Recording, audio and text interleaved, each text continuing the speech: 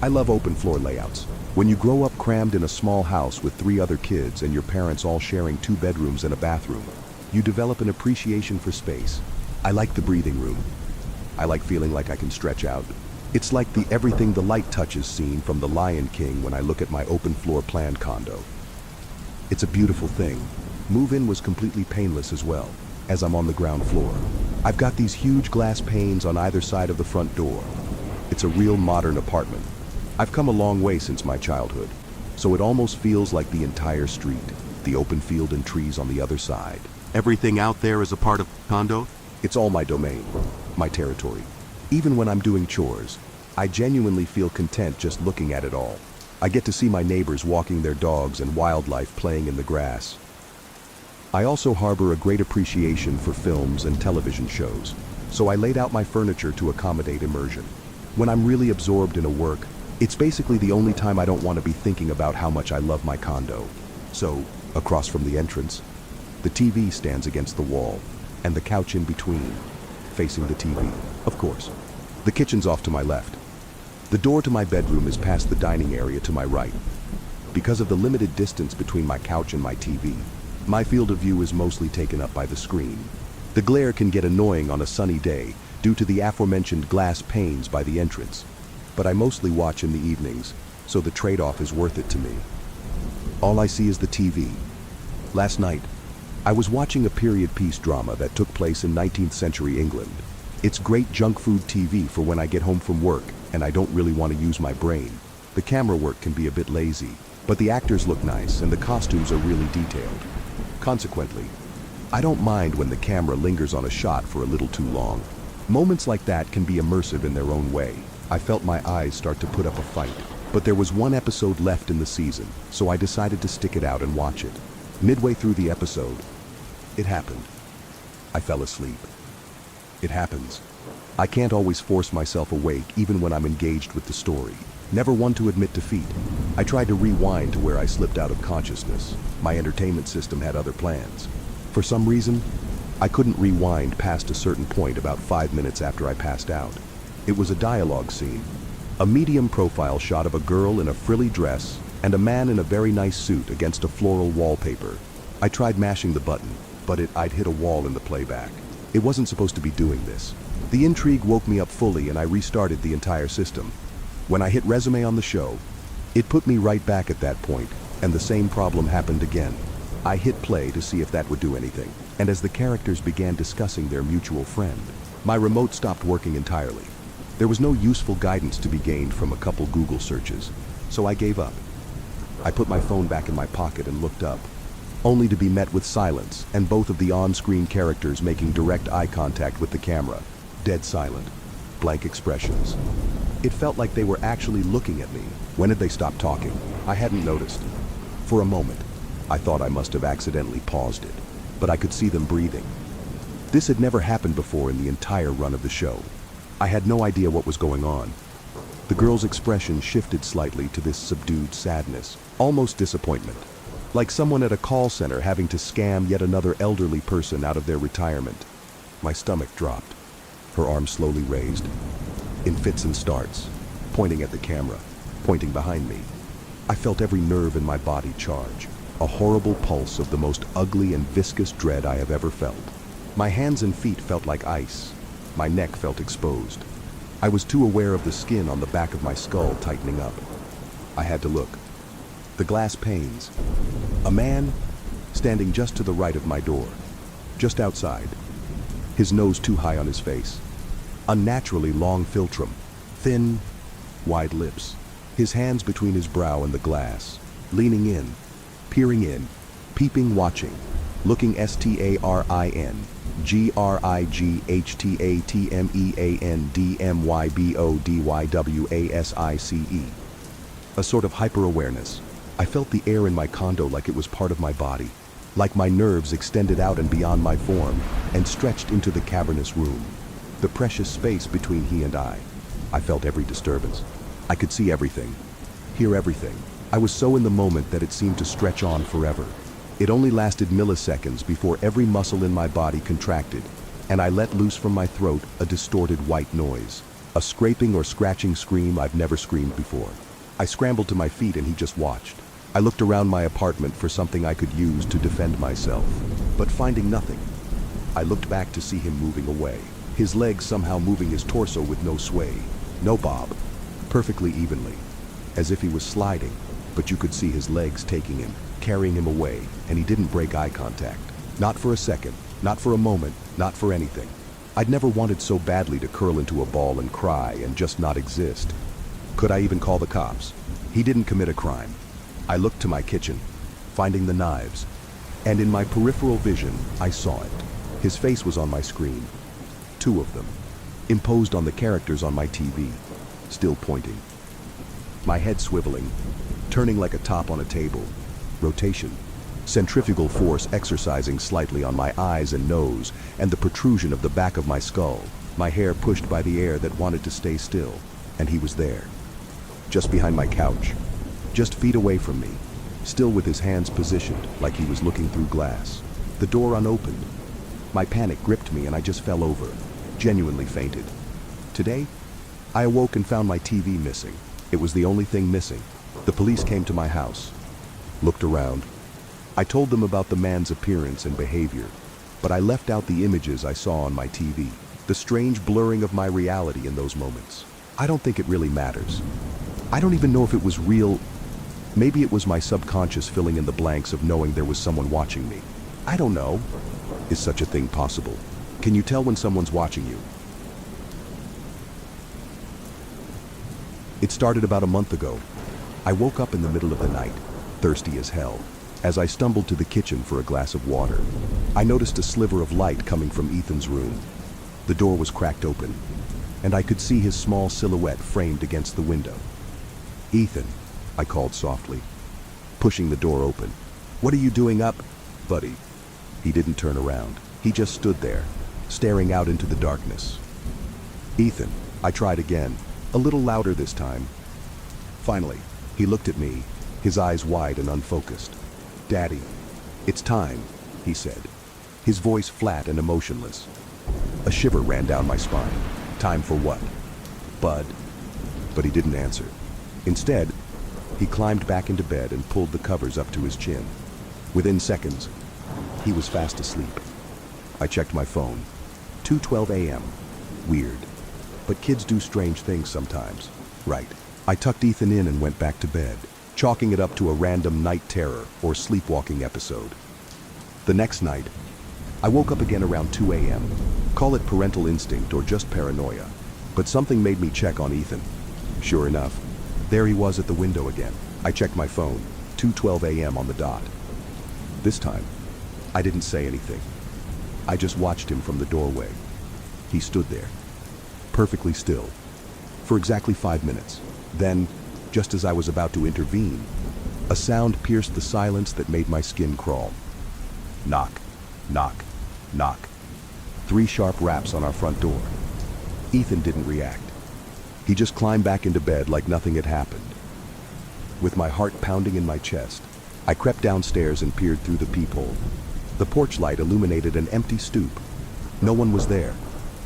I tried to convince myself it was just a coincidence, maybe some drunk teenager playing a prank, but a nagging feeling in my gut told me something wasn't right.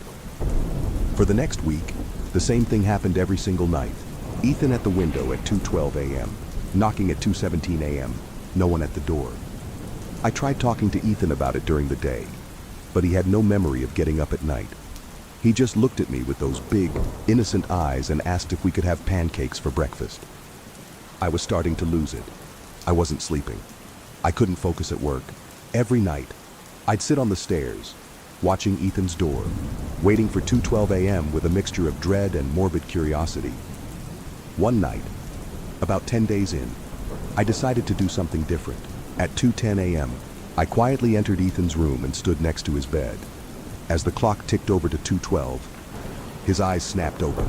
He Saturday up, but when he saw me, he frowncy. "Daddy," he whispered, "you shouldn't be here." "Why not, buddy?" I asked, trying to keep my voice calm. "Because," he said, his eyes darting to the window, "she's waiting." My mouth went dry. Who's waiting? Ethan. But before he could answer, the knocking started.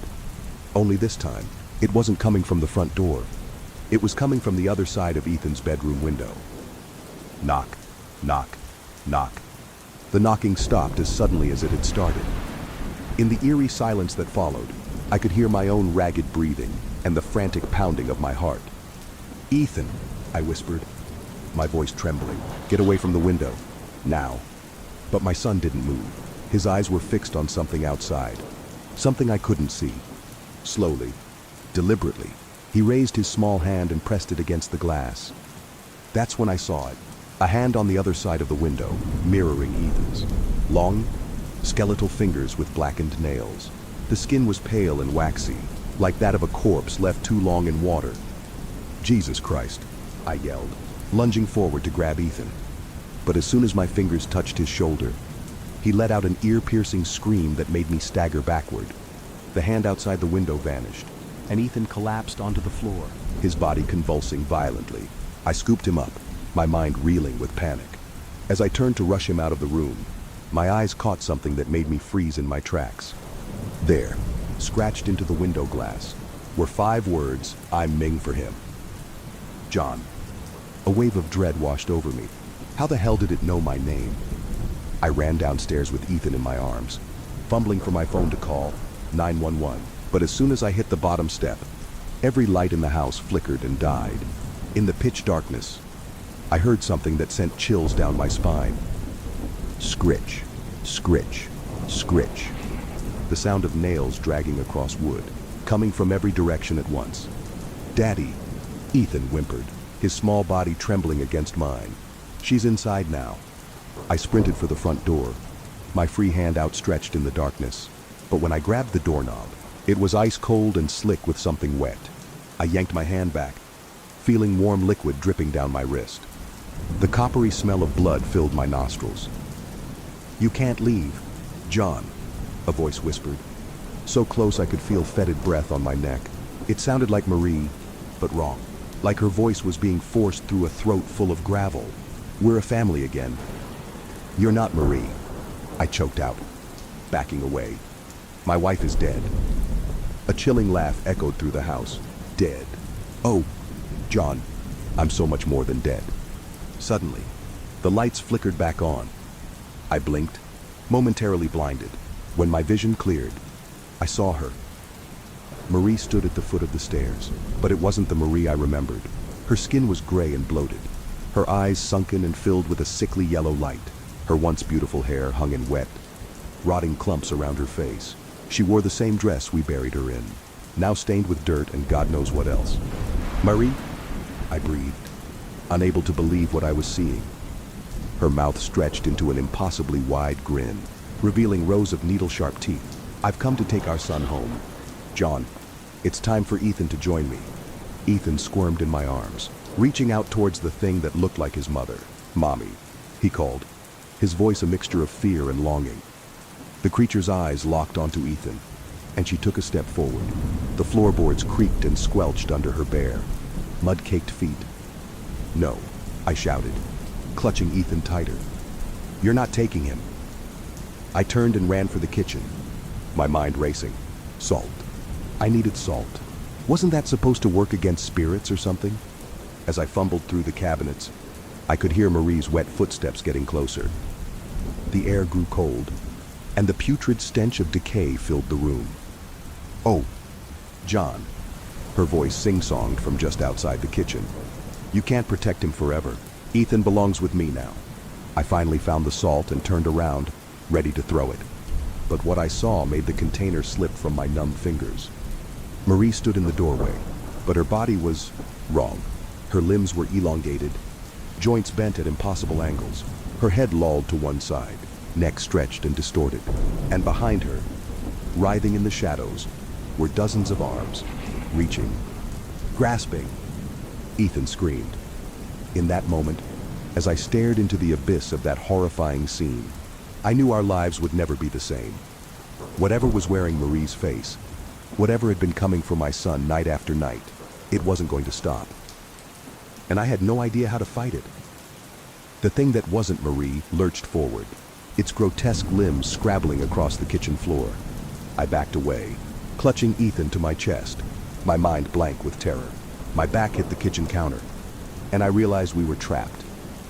"Please," I begged, though I knew reasoning with this creature was futile.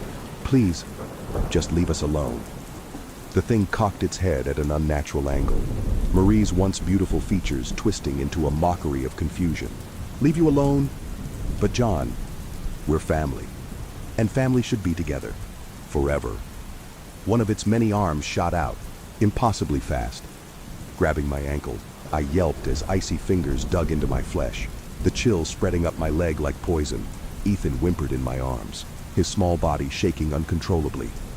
In that moment of pure desperation, something inside me snapped. A surge of protective rage coursed through my veins, burning away the paralyzing fear. I wouldn't let this thing take my son. I couldn't. With a roar, I kicked out at the creature's face. My foot connected with a sickening squelch, and it reeled back. Momentarily stunned, I seized the opportunity, charging past it towards the basement door. If we couldn't leave the house, maybe we could find a way to trap it. I slammed the basement door behind us and fumbled for the light switch. The dim bulb flickered to life, casting long shadows across the cluttered space. Ethan clung to me, his face buried in my shoulder. "Daddy," he whispered, "I'm scared." "I know, buddy," I said, trying to keep my voice steady. "But we're gonna be okay, I promise." That's when I saw it. In the corner of the basement, partially hidden behind some old boxes, was a door I'd never noticed before. It looked ancient, its wood warped and stained with age. From upstairs came the sounds of splintering wood and shattering glass. The creature was tearing the house apart looking for us. With no other choice, I approached the mysterious door. As I reached for the handle, Ethan suddenly spoke up. "That's where Mommy comes from," he said matter-of-factly. I frowned. "What do you mean, Ethan?" He pointed at the door. "Every night at 2:12, that door opens. Mommy comes out and goes to my window. She says she misses us and wants us to come with her, but I was scared, so I didn't open the window." My mind reeled. How long had this been going on? And why 2:12 a.m.? Then it hit me. 2:12 a.m., February 12th, the day Marie died. Before I could process this revelation, the basement door exploded inward. The creature that wore Marie's face came slithering down the stairs, its body contorting in ways that defied physics. "Found you," it hissed, its voice a chorus of whispers. I grabbed the handle of the mysterious door and yanked it open. Beyond it was not the foundation of our house, but a swirling vortex of shadows and mist. The air that rushed out was frigid and smelled of decay. The creature let out an inhuman shriek. "No, you can't send me back. I won't go alone." It lunged at us, its numerous arms outstretched. In that split second, I made a decision that would haunt me forever. I set Ethan down and kissed his forehead. "I love you, buddy. Always remember that." Then, using all my strength, I shoved the creature towards the open door, but as it teetered on the threshold, one of its arms wrapped around my waist. I looked at Ethan, saw the terror and confusion in his eyes. "Run, Ethan. Run upstairs and don't look back." The last thing I saw was my son's tear-streaked face as the creature and I fell through the doorway into the abyss beyond. I don't know how long I fell. Time seemed to have no meaning in that place of shadows and whispers, but eventually, I crashed onto what felt like solid ground. I opened my eyes to find myself back in my own basement. The old door had vanished, leaving only a blank wall. Sunlight streamed through the small windows. Morning had come. Painfully, I climbed the stairs, calling out for Ethan. I found him curled up on the living room couch, sleeping peacefully. When I woke him, he had no memory of the night's events. It's been a week since that terrible night. The scratches on Ethan's window are gone, as if they never existed.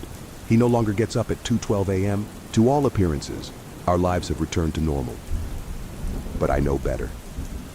Sometimes, late at night, I hear whispers coming from the basement, and in my dreams, I see Marie, the real Marie, reaching out to me from beyond a door I can never open. I don't know if the creature will find another way back. I don't know if it's truly gone, or if it's just biding its time. All I know is that every night, I check on Ethan at 2:12 a.m.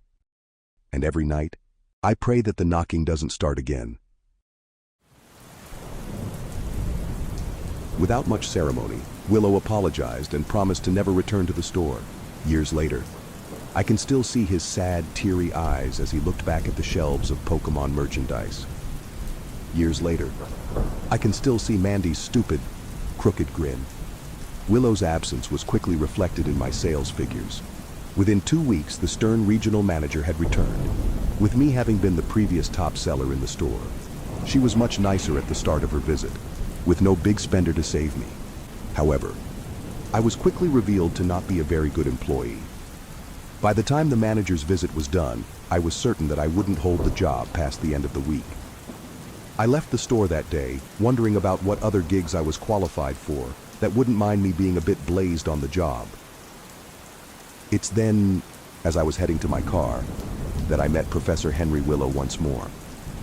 He approached me in the parking lot, profusely apologizing. It wasn't until I accepted his apologies at least 3 times that he finally calmed.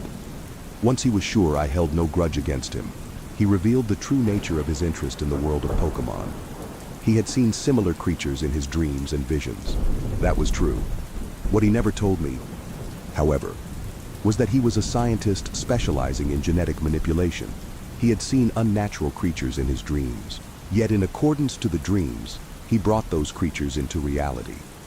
The manager's visit had definitely soured my mood, but listening to the lanky man explain how he could create Pokemon, or hybrids, as he called them, cheered me up. I thought he was kidding, so I laughed. Professor Willow, however, found little humor in his subject of study. He claimed that he had been working for months on developing these hybrids, and that he had kept some of his samples in a storage facility not far from the comic book store. Willow had worked independently for all of his career, but recently, he had come across like-minded scientists out east. He offered to take me to his rented lot at the storage facility. He offered to prove to me that his hybrids were real. The prospect of seeing Pokemon in the flesh was alluring enough, and I was about to accept, yet before I could agree to join him, the scientist produced Polaroid photographs of these supposed hybrids. He must have pressed around 20 of those flimsy photographs into my hands, but I did not see more than 5. They were far too disturbing. Merely looking at them made my stomach churn. Even though I was looking at mere photographs, the freshly sown sweat across my back made me certain I was looking at something patently against the laws of nature. I have done my best to forget what I had seen on those Polaroids, but I recall a strange 6-legged cat-like creature covered in thick green vines.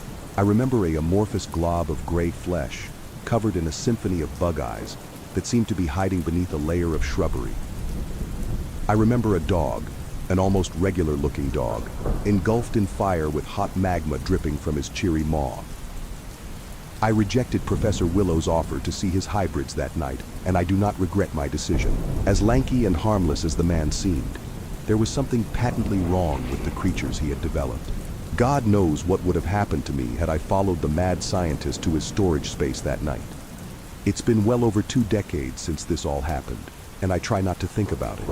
Yet, every once in a while, I find myself wondering whatever became of Professor Willow. I find myself replaying the events of that evening in my head and trying to ascertain how real the creatures that he showed me were. With the pandemic and the wars and the constant nuclear saber rattling over the past couple of years, I find myself wondering how likely it is that Professor Willow's visions of the future will come to pass. Back in the year 2000, I used to work at a comic book store.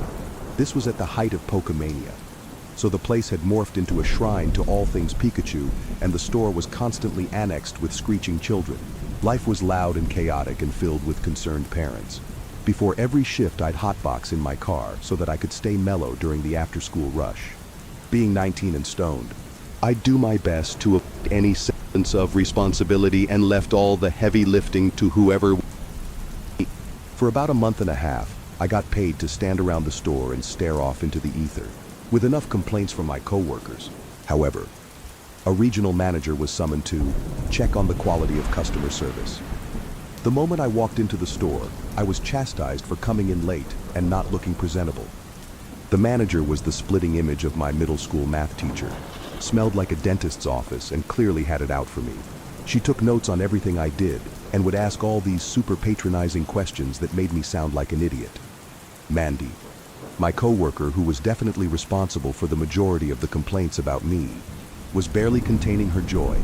Every time the manager chastised me, Mandy kept grinning this stupid grin that was making it hard for me to keep my cool. In order to look busy and mainly to get away from Mandy, I excused myself to go speak with the customers. That's how I met Professor Henry Willow. Not being a child or a parent, Willow stuck out of the crowd of our usual clientele. I had seen him in the store a couple times before. Small, balding dude in a dress shirt and spectacles.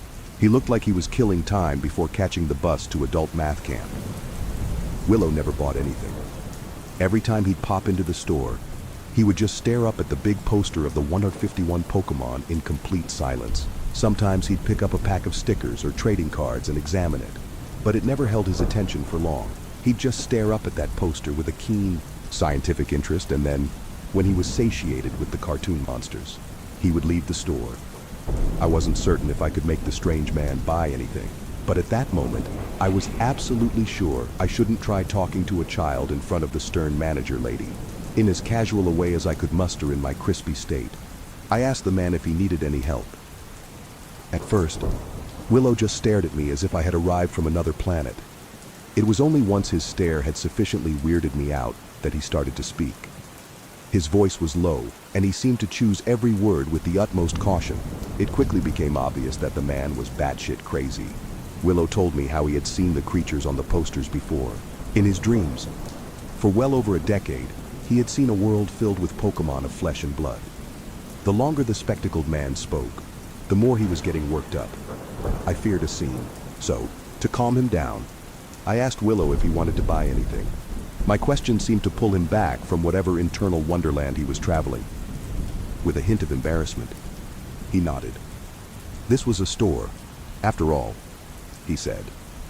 It would be impolite to not make a purchase, he said. I expected the man to grab a pack of trading cards and call it a day, but Willow kept picking away at the shelves until he had a sizable purchase of stickers, cards, and books. He picked out the items with a sort of guilt, as if he was paying penance to be in the presence of all these cartoon monsters.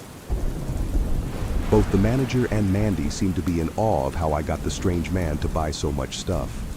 I, of course, knew my sales skills had nothing to do with the purchase, but I sure as hell pretended that they did. When I rang Willow up, I told him I'd be happy to answer any other questions he had about Pokemon if he ever came back to the store. This wiped the guilt off his face. With a thankful smile, he told me he'd be back soon. I didn't get fired that day. Far from it. In fact, from the day I met Professor Willow, I became the top salesman in the branch. Every day I sold to a market of one, but that singular customer had deep pockets. By the end of the month, Willow owned one of just about every piece of Pokemon merch we carried.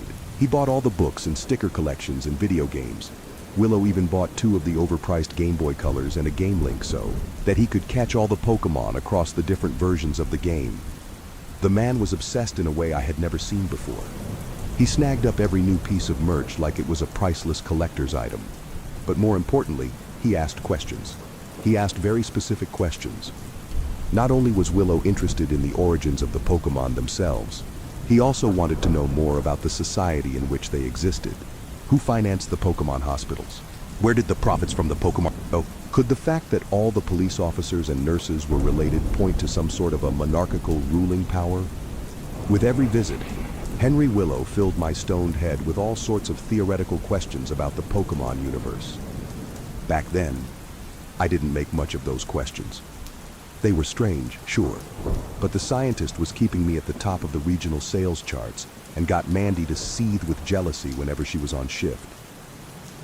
Willow was, generally, calm. With tranquil eloquence, the scientist could philosophize about the nature of Pokemon, evolution, or the power hierarchies of the various criminal organizations in the Kanto region. It is only once the topic of the Elite Four and the Pokemon League Championships came up that his voice tensed up. Out of all things Pokemon, it was the championship that seemed to fascinate him the most. He wanted to understand why so much resources and attention were devoted to the Pokemon gyms. He wanted to know how involved the ruling class was in organizing the tournament and what happened to the champions once they had won, or, God forbid, lost. Where his voice was calm and measured through most of our topics. The question of the Pokemon Championship would make his words shiver with obsession. I did not understand the man's fascination, but I did not question it. I would simply let him ramble about the implications of a regional Pokemon Championship, and then happily ring up whatever merch he snagged off the shelves. Willow would ask me questions, but he seldom gave me time to answer. I wasn't a particular Pokemon expert, so it's not like I had much to add to the conversation.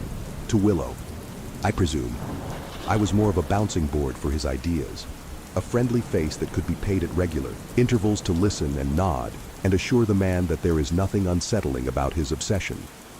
Willow was definitely strange, but I didn't spend too much time psychoanalyzing him. My lack of curiosity was mainly tied to the fact that I was stoned out of my mind, but Willow also didn't seem to warrant any caution.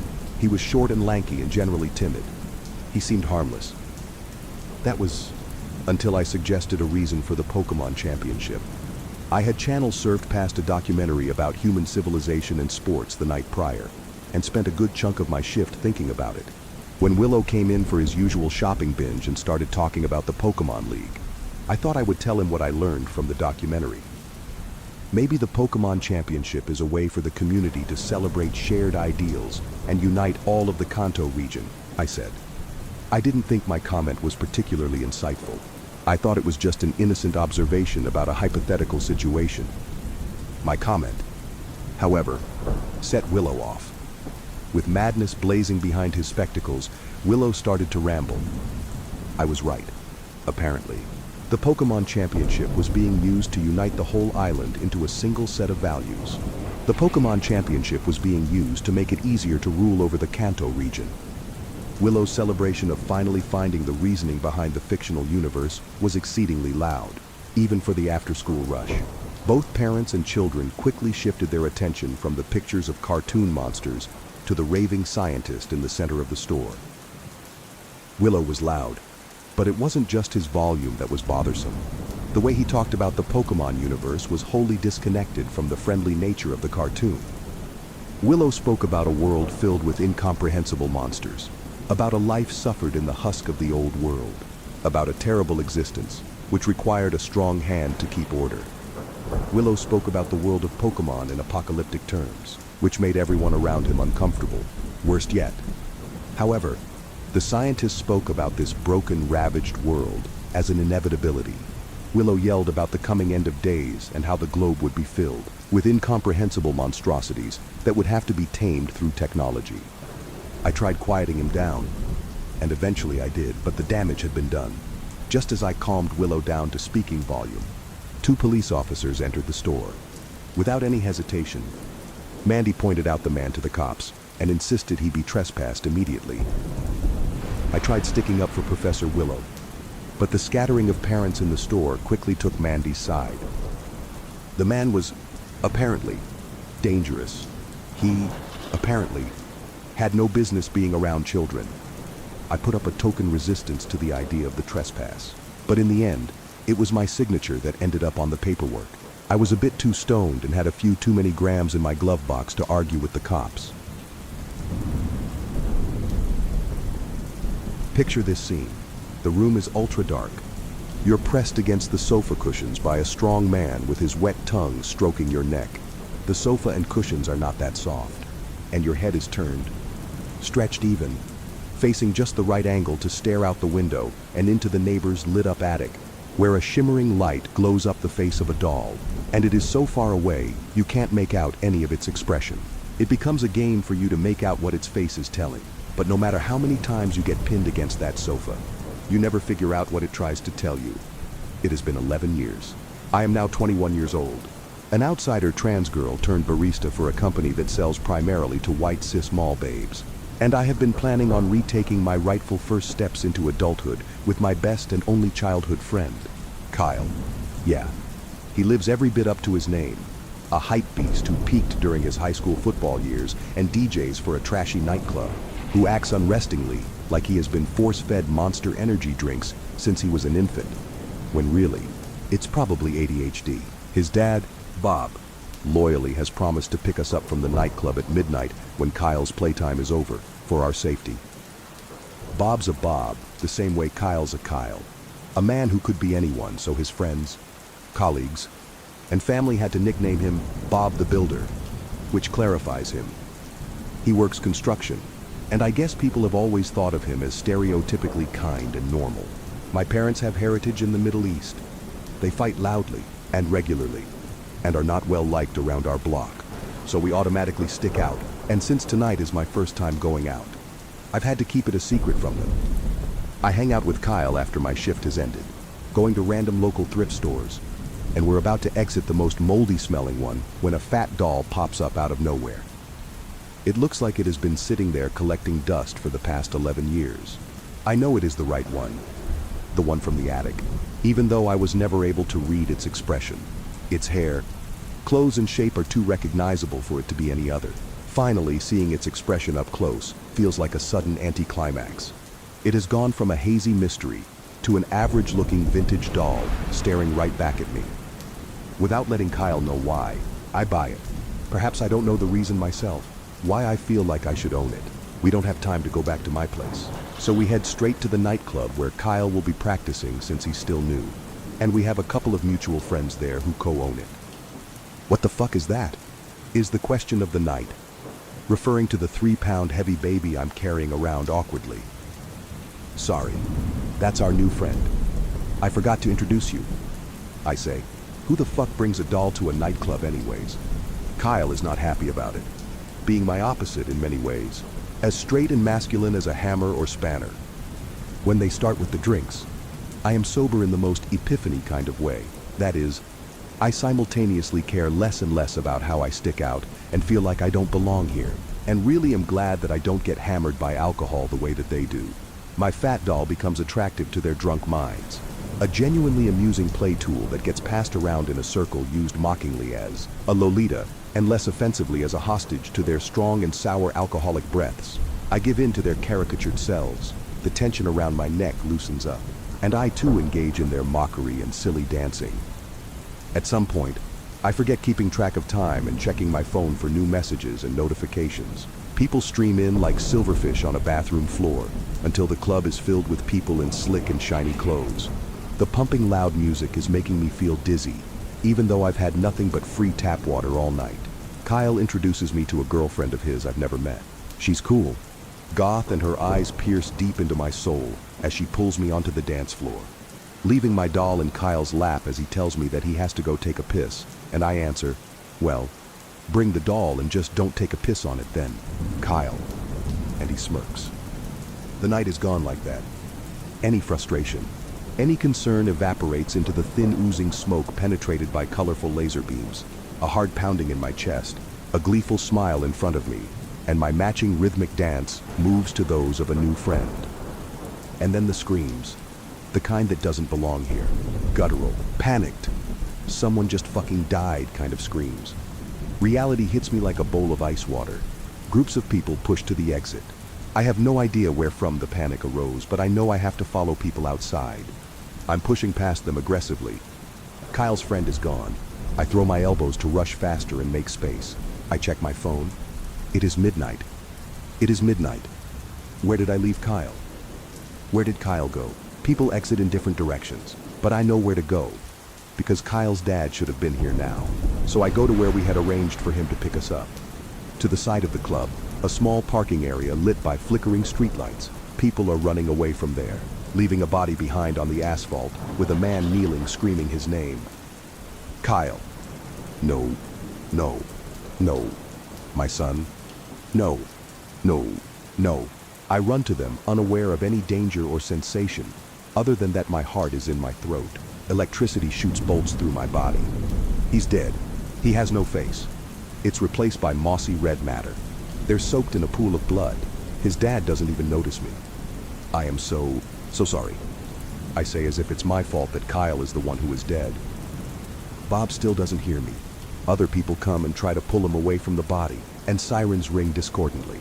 I go to the shadowed wall of the nightclub, throw up water and turn around to see once again, just far enough out there in the distance. My doll lays with its face turned towards me, hollow in its expression, almost menacingly. I wish I could say my story ends there, alongside Kyle's, but it doesn't. 3 hooded men wearing masks were spotted running away from the crime scene after having beaten and kicked my best and only friend to death outside his workplace. No one got caught. No one got punished. It has been 6 years. I used to scoff at movies featuring creepy killer dolls because it always felt like mine saved me. But now I believe it. This doll of mine was there with him, stained with a single drop of blood on its cheek, a testimony to what it witnessed. It was my fault, it said, and then I slowly walked past the small crowd, taking care of the body and the body's father. And I picked it up from the ground and thought, this is my fault. I am going to take that home with me. All the blame. I see it now, this is my fault. On the 6th anniversary of his death, I make a quick call to my parents and siblings to let them know that I care for them and appreciate them for having respectfully supported me and letting me live with them up until I got my own apartment, which is a month ago. I quit my low-pay job, and I turn on the gas oven and open it, ready to put my head inside of it. I have thought about it a lot so that I don't mess it up. There is something so poetic about dying like Sylvia Plath, a woman whose soul was haunted despite the love she also received during her life. I am reminded then in that moment of the backstreet cat that has peered through the window since the first night I moved in, which I reluctantly opened the window for and led into my apartment for a cup of almond milk. If I am to end what I have here to get a sense of peace, to bury the endless black noise that has occupied my brain since Kyle's death, I am not taking an innocent cat with me.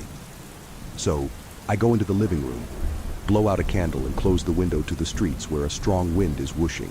As I do it, I hear the sound of the door to the kitchen slamming behind me. The air cracks, and I hear a low rumbling as something erupts behind me. Tree and glass splints and a wave of heat hits my back. I am knocked over.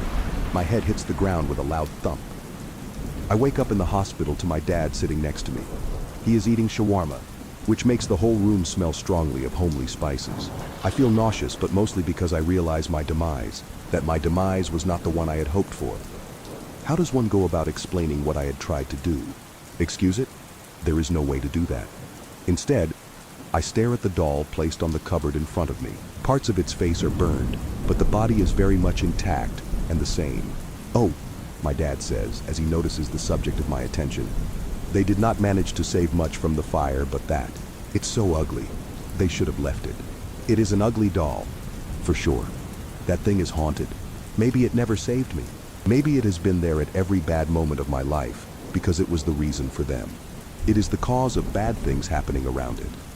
I want to get rid of it, and I know I can't. If it could die, I know it would have died in that fire. You would think things could only go downhill from here. At the hospital after a failed suicide attempt with basically no income, no place to live, having to move back to my parents, having to experience my family silently judging me at the peak of the aftershock.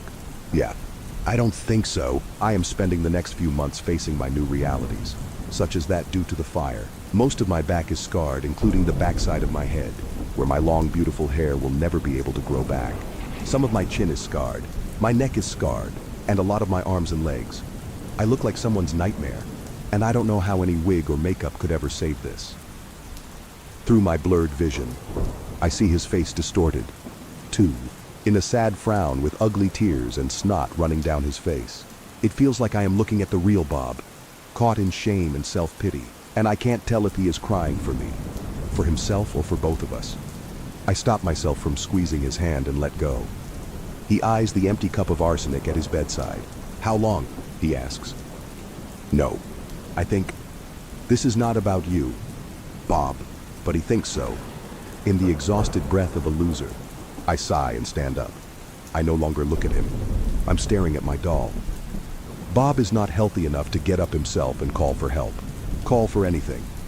He may live for another hour, maybe for another day. Nobody stops by for him anymore. As I leave Bob to die alone in excruciating pain, I am comfortable knowing that I will be somewhere else, and that when his neck tightens, and he angles his head to scan the room for help, he will find himself in just the right position to lock eyes with the faceless doll I leave behind. I get rejected at every job interview, getting embarrassed and spooked looks from the interviewers and the people in the streets. even after having spent hours in front of the mirror, trying to piece my skin and body back together into something recognizably human. The doll turned out better than you. I guess that is when I decide to make a change. And instead of reversing my life into societal norms, I am going to completely destroy any sign of them. I am tired of this body and this mind. There are only a few things I have been definitively good at anyway. And if I stay, I want to fulfill the revenge I sought out in the first place. My only, and depressing, regret is that I got the wrong person killed. Technically, the beating was only supposed to land Bob, Kyle's dad, in the hospital. I was too much of a coward to ask the small group of white druggies from the edge of our suburb to finish the deed after I paid cash. Naturally, I had saved up and withdrawn money from the bank ever since I started working my first job at 16. I just guess they took it too far and got scared when they realized they jumped the wrong family member. Bob and Kyle do look somewhat alike, as fathers and sons typically do. I haven't heard or seen them since, and I don't care to because I don't blame them. It is me who was responsible for looking out for Kyle. Me, who hired them knowing their history, and not at all caring if it would have turned out the same for Bob, splashed out on the street for all to see. Maybe I sound insane, but that is what he made me feel. Wrong and worthy of destruction for the reason of existing. For years, I would escape my parents' fights by going to Kyle's and finding comfort in how much more average-looking, ideal his home life appeared. We played games on his PlayStation. Kyle even got me to play ball games with him, and we chatted about life and everything cool and not cool, deep and not that deep. Kyle's parents were happily divorced, and since his mom was a career lady, Kyle naturally favored staying with his dad. I never saw Bob around much because he, too, would work pretty late. But when I came over at night because of my parents, things started to change. He would never leave me and Kyle alone, out of sight, except to bring us ice cream from the fridge and soda. He seemed like a perfect dad, probably too perfect. And then one day, it was like he flipped the switch. His face grew more serious as he asked first Kyle, and then me, to undress. Kyle's face blushed with redness. I couldn't stand looking at him. He tried to ask his father if they could do it later, alone. Privately, I both understood what was about to go down and had no clue what it meant. He didn't seem to force Kyle to do anything. Kyle appeared as if he went along with it, while I stood there frozen. "You too," Bob would say, sneeringly. Petrified, I removed my clothes like he told me to, and I felt myself distancing from my body, which was wrapped in cold air and goosebumps. Sometimes he did both Kyle and I. Sometimes he did only me and made Kyle watch. I still couldn't stand looking at Kyle. So there I stretched my neck, looking out of the window into the neighbor house's attic across the street, at the doll that I now own. I don't know why I ever went back. If it was for Kyle's friendship, if it was the desperate belief that everything else about his home life was perfect and better than mine, if it was because I felt that, even though what Bob did to my body hurt and left me feeling dirty and shameful, I still somehow felt that it was so much better than the lack of control in my own house. Somehow the act of going back felt like I did have a sense of control, and that it was rewarded in the end with Kyle's lifelong friendship. Now Kyle is dead because of me. I had arranged that night out where we would need to get picked up, made sure that it was Bob who would come to get us, and showed the gang members who to go for, while I would be dancing the night away with Kyle. Obviously, I knew it would hurt him emotionally, but I trusted my gut that it was for the better, because Kyle still lived at home, and I still saw the way he acted around his dad, timid and uncomfortable when he got up close to him. I knew that it was right, but I messed up everything, and I have to do it over. I have found another strategy. Bob wasn't only interested in kids, he was also interested in hookers. Here I find myself unable to get past a job interview for a normal job, and I must go rogue. I tell my family that I am safe, but I am going to be away for a while. And they try to hold me back, but they can't refuse, because I am my own adult. It is depressingly easy to get into prostitution today. One contact becomes your ad, and suddenly, you're sold like a cheap car on Craigslist. So much for self-empowerment and feminism. I don't have any clothes I consider slutty, but I find out that it doesn't matter. They'll treat you the same, and all the sexual trauma awakens, rushes down my spine and keeps my body stiffened like I am in electrotherapy, breathing through my teeth. The greedy sensations, the foul smells, The taste stuck in the back of my throat that I will be washing away with soap in the bathroom later. And the best part, I can't stop. This is what I was made for. And it all crescendos the day Bob becomes my client and takes me home. It's been a while, he says. I tell him to shut up. My voice has grown up. What? He says anyway, and I tell him that I don't want him to make me remember. All right, he answers. Over the next many years, I willingly see Bob. Bob becomes my client, and I become his. Sometimes he makes me dress up as Kyle in his old clothes, all of which I know by heart. And sometimes he tears up and asks me to just sit with him and hold his hand. I don't know which makes me feel more ill. When I fuck with Bob, I make sure to make him feel loved and seen and heard. I do everything that he wants me to. It is like I am his doll. This is a punishment for both of us. I think, fittingly, my life has turned into our life. We are one side of the same coin, the victim and the perpetrator. He buys me things and asks me out. 2. We lay in bed after fucking, and I let him cook breakfast for me in the morning. By the time Bob is in his late 60s, we are in a loving relationship, and I no longer have ties with my family. And by loving, I mean, I hate every single inch of your skin, but I will tolerate you until it's time, because one day, he will die by my hands. 2. He frequently talks about marrying me. A discreet marriage, of course. Not because I am the childhood friend of his dead son and much younger, but because I am a trans girl. His colleagues, of course, can't know. I don't reject him, but I appear reluctant. I don't want him to know that I want the marriage to happen. 2.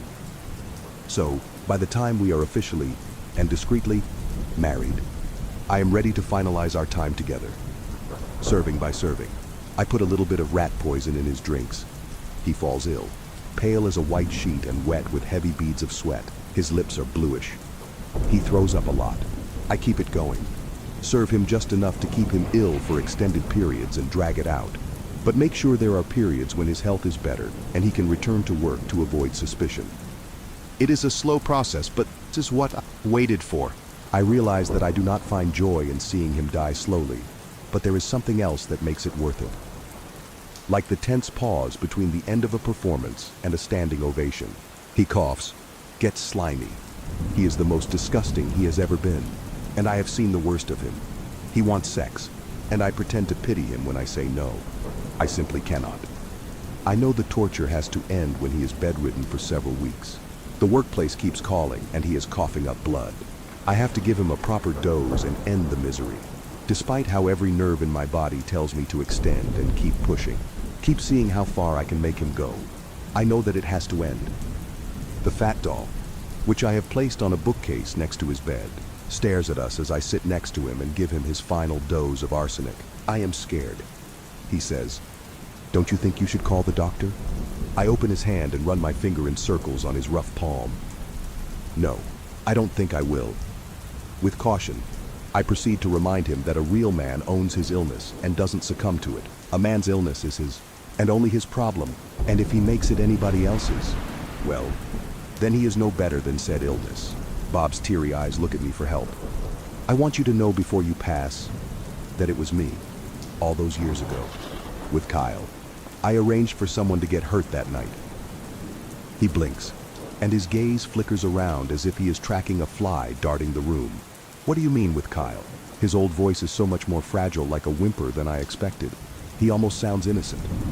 I mean that I killed your son, I say, and he reluctantly laughs in an uncomfortable smile. It was supposed to be you for raping me and for raping Kyle, for everything you did to us, you disgusting pig. I can feel my voice and hand tremble as I recollect my memory. All of what has been boiled up, unsaid. No words have enough color or edge to give life to that. Yet I want him to believe what I say. And it appears he is fumbling, beginning to see a picture he never even considered. Remember how eager I was for you to come and pick us up at the nightclub? How I had it planned for months. And those 3 men who got away, I paid them for years' worth of work salary. Oh yeah, I messed up with that. It wasn't supposed to be Kyle. I suddenly find myself choking up before realizing my cheeks are already wet with tears. He was my friend. I didn't even want anybody dead. I just wanted you to hurt. I cried, gasping. I needed you to feel so hurt. Please, why did you do it? I asked.